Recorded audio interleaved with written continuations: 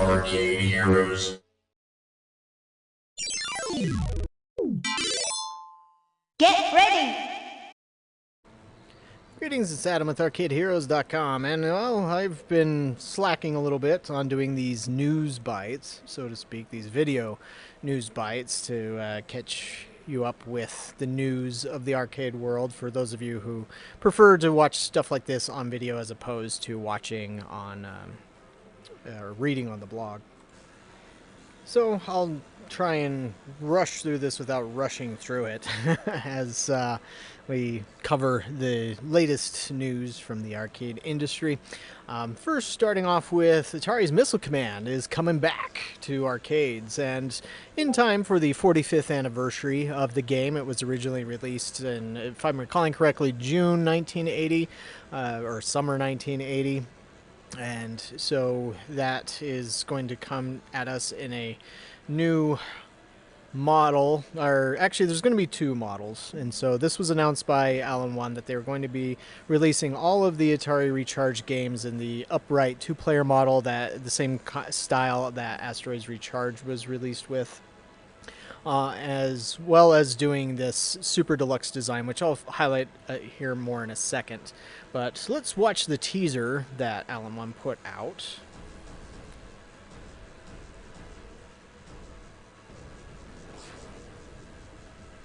That's actually from the Lynx version of the game. You are our last best hope, Commander.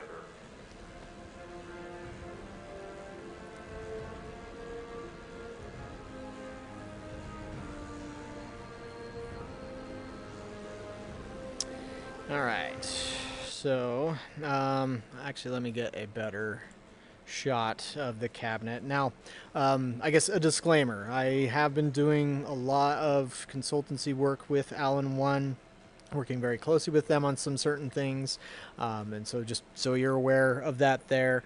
One of the things that I would like to point out is this is definitely not the final cabinet. It is very, very likely to change, and so this is just an earlier concept. There's no physical model that exists at the moment, but it's in development. And then what exact features are going to be there on the cabinet, again, that will vary. But one of the things that you might have noticed is that there's this little red phone.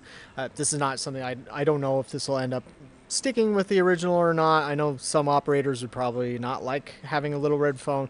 I can't remember what the feature was, but I know if you picked it up, you would hear some sort of sound.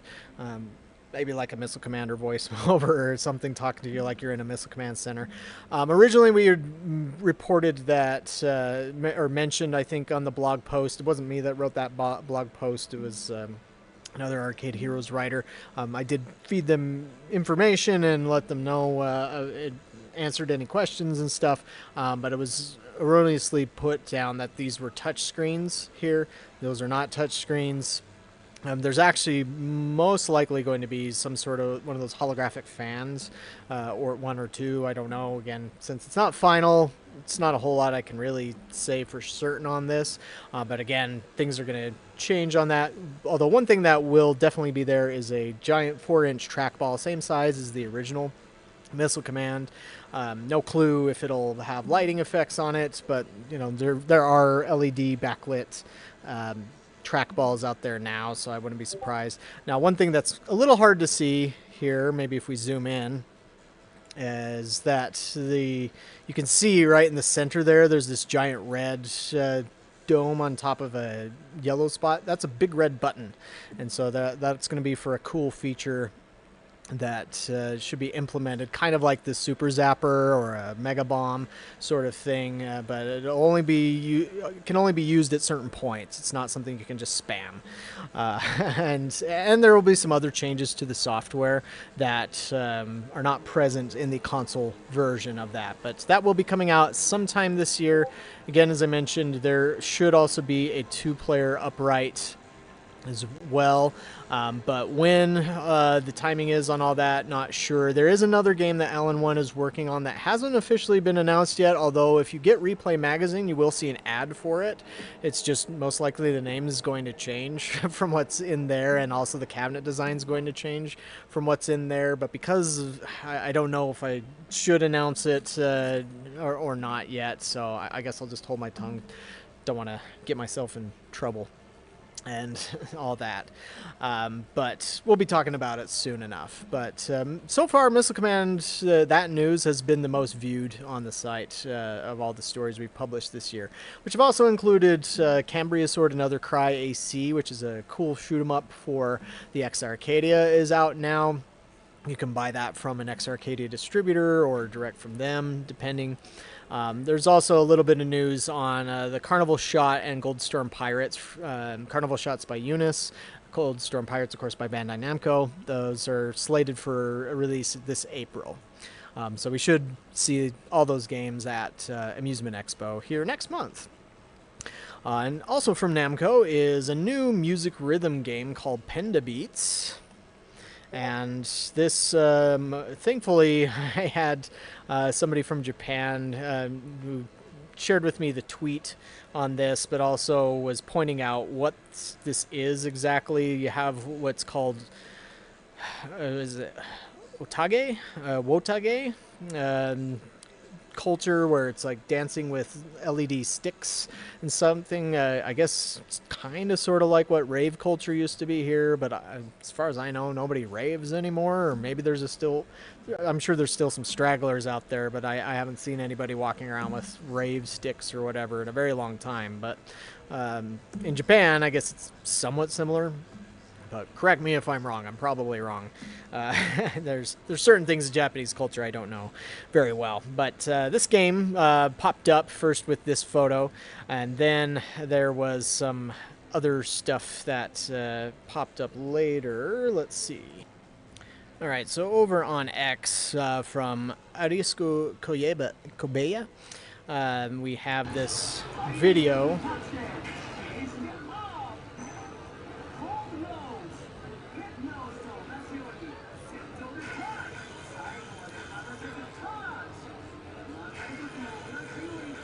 So yeah, you want to hold this is from the attract mode, showing how to play the game. And so like you can lift them up, but you want to use that black curved surface that apparently is a sensor to do things, but it just depends on what the note is for what you need to do.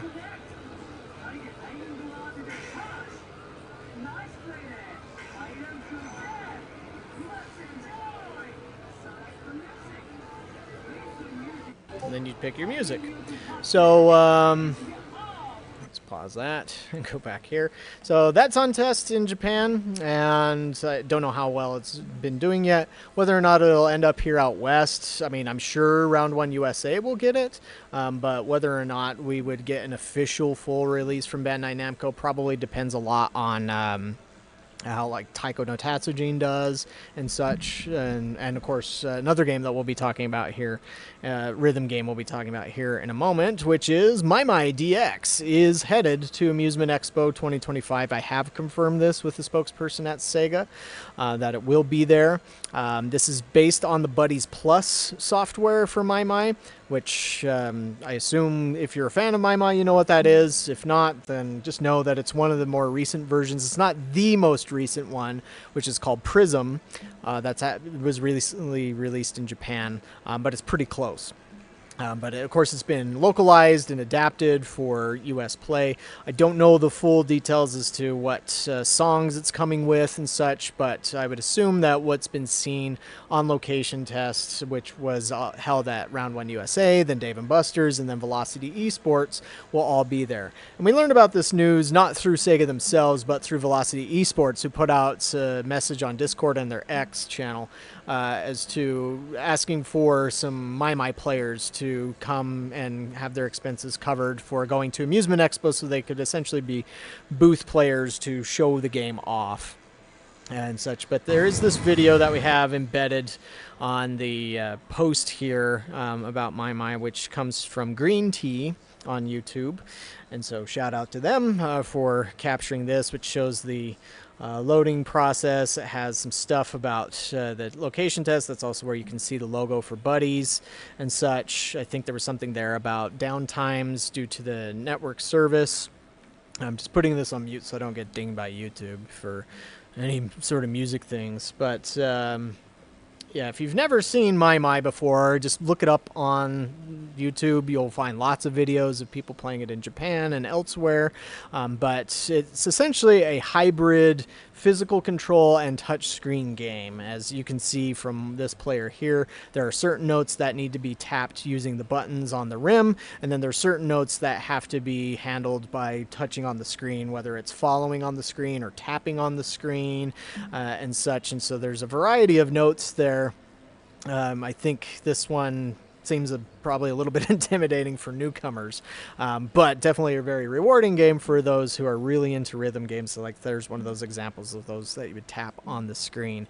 But if this feels intimidating to you, if you've never encountered it before, do know that there are simpler difficulties that you can play where it's not so crazy, and it'll kind of introduce things to you on a slower pace so that you can get used to it, learn it as you go, and then after you work on it enough, then you can become a master like this player here and really get your perfect scores.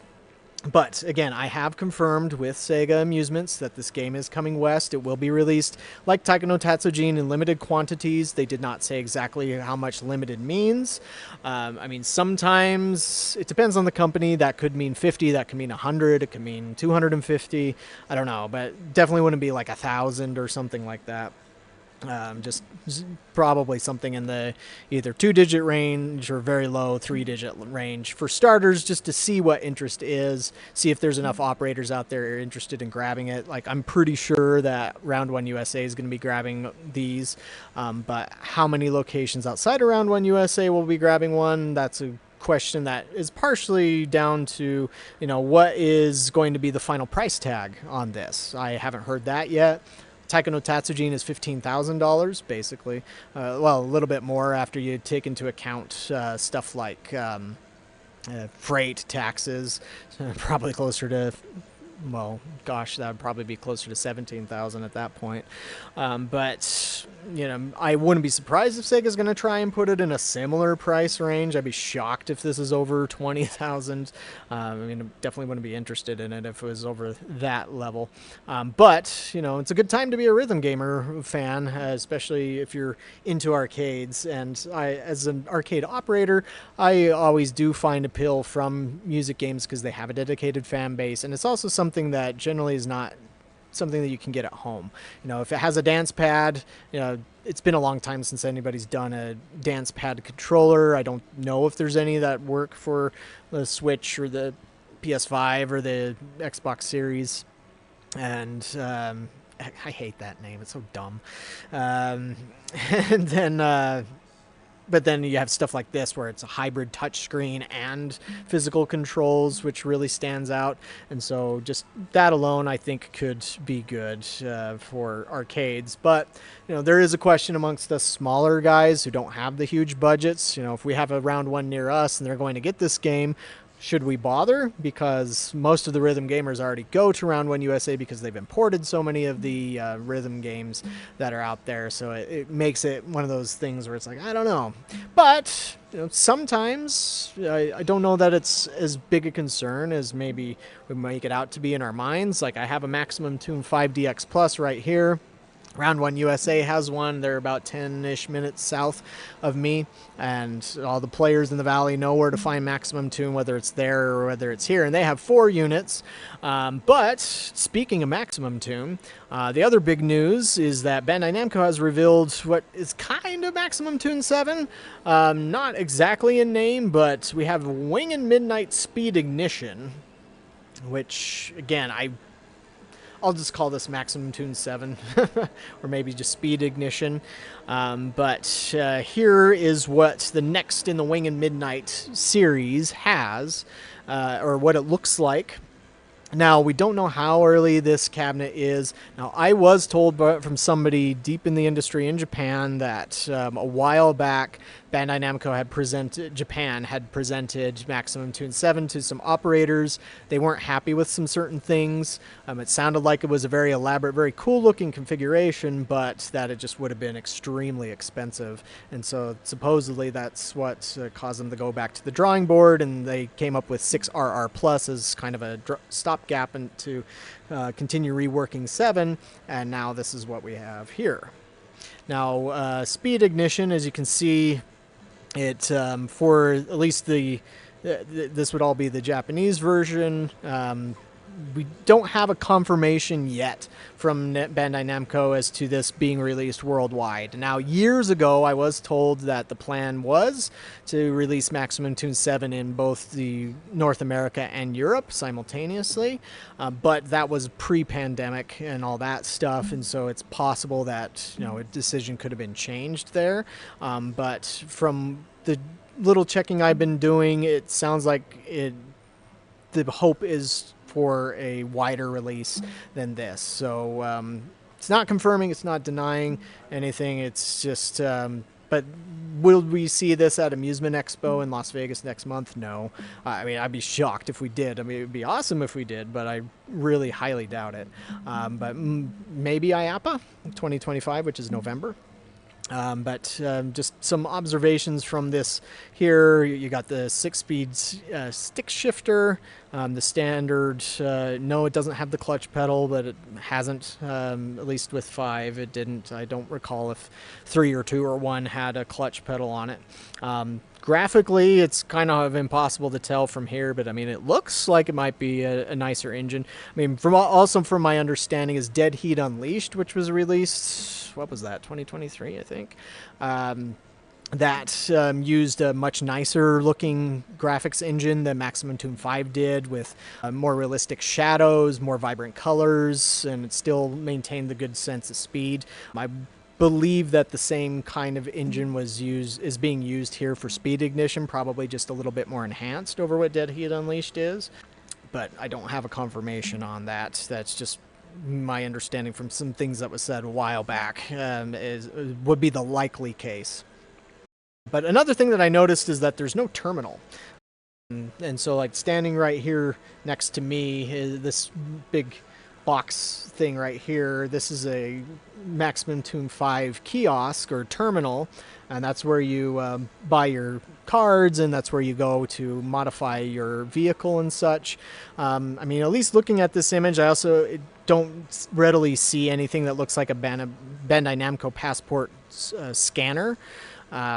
So I wonder if they've integrated the terminal features into this, or they're getting rid of the passport, or I don't know exactly yet. There hasn't been an announcement as far as I've read as to what the deal is going to be on your player accounts, if they will transfer from 5 over to speed ignition, and likewise 6 over to speed ignition, or if they're just starting over with a clean slate.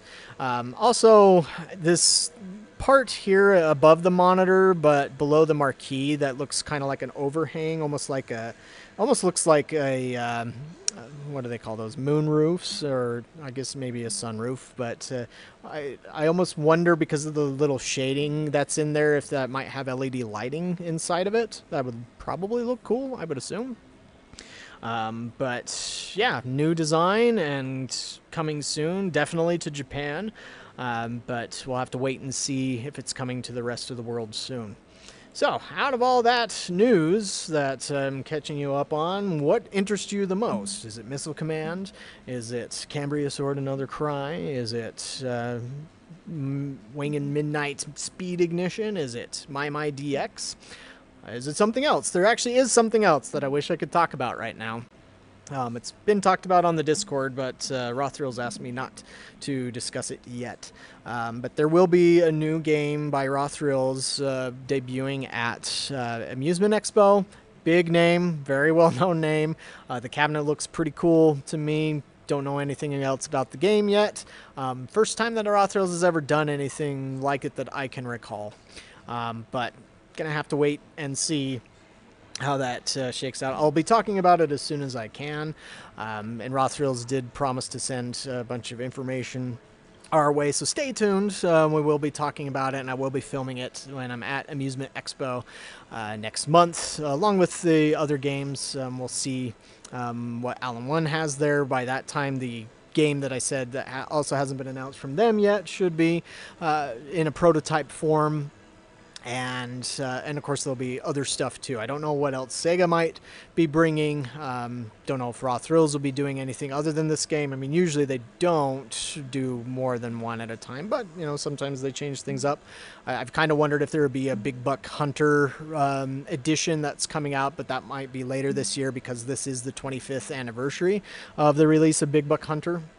And so I'd be kind of shocked if they don't do anything for it this year other than the World Championships. But again, that could just be later down the line. But in the past, when Big Buck HD came out, that was at the March Amusement Expo, and I think it was 2012. And also, I think when they did Reloaded and Wilds, they also did it around Amusement Expo. But we'll have to wait and see. Either way, there's lots of exciting stuff happening on the arcade scene, and it's alive and kicking, and there's plenty of games and content to be coming to venues out there near you. But we'll stay on top of those and let you know what's going on in this wonderful world of arcade machines. I almost said coin-op, but I guess it's not really coin-op in most places anymore. Card swipe doesn't sound as fun to say as coin-op does. But thank you for watching, and we'll catch you guys on the next video.